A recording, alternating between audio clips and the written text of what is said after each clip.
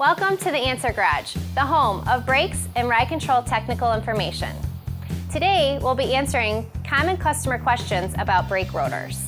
So how do you know when your brake rotors are bad? Well, generally when driving your vehicle and braking, you'll hear a nasty grinding sound or even a thumping sound if the rotor is warped.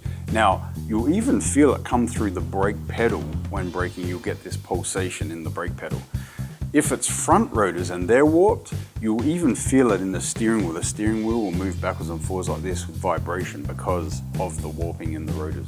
So in the event that none of these characteristics are present, you should check the thickness of the rotor. Now, each rotor has a minimum thickness stamped into the edge of the rotor. So using a set of vernier calipers, you can check to make sure that the rotor has not gotten too thin. How long do rotors typically last? Well, depending on driving style, vehicle type, and environmental conditions, rotors can last anywhere from 15,000 miles up to 50,000 miles before there's any noticeable difference in the braking characteristics. Rotors should provide consistent braking results during their working life, but over time they will wear down, they'll warp, and they'll corrode due to the wide range of environments that they're exposed to. So what do you need to know before purchasing new rotors? So before you purchase your rotors, make sure that the dimensions of the rotor you're buying are exactly identical to the rotor that you're replacing. And then, before you do the rotor installation, take the new rotor, place it right on top of the old rotor, make sure that everything matches up perfectly before the installation begins. Here's a quick overview on how to replace a rotor. To get to the rotor, remove brake caliper assembly by loosening bracket bolts at the back of the caliper. Have a strap or wire to hold the caliper up once you remove the bolts so no pressure is on the brake line. Do not hang the caliper from the brake line, ever. Remove the rotor. Sometimes they can be rusted in place. You'll need an impact drill or a 3-pound mallet to get them loose. Bang on opposite sides. Now note, some manufacturers use a screw to attach the rotor onto the hub. You may need an impact driver to remove that screw in order to be able to pull the rotor off.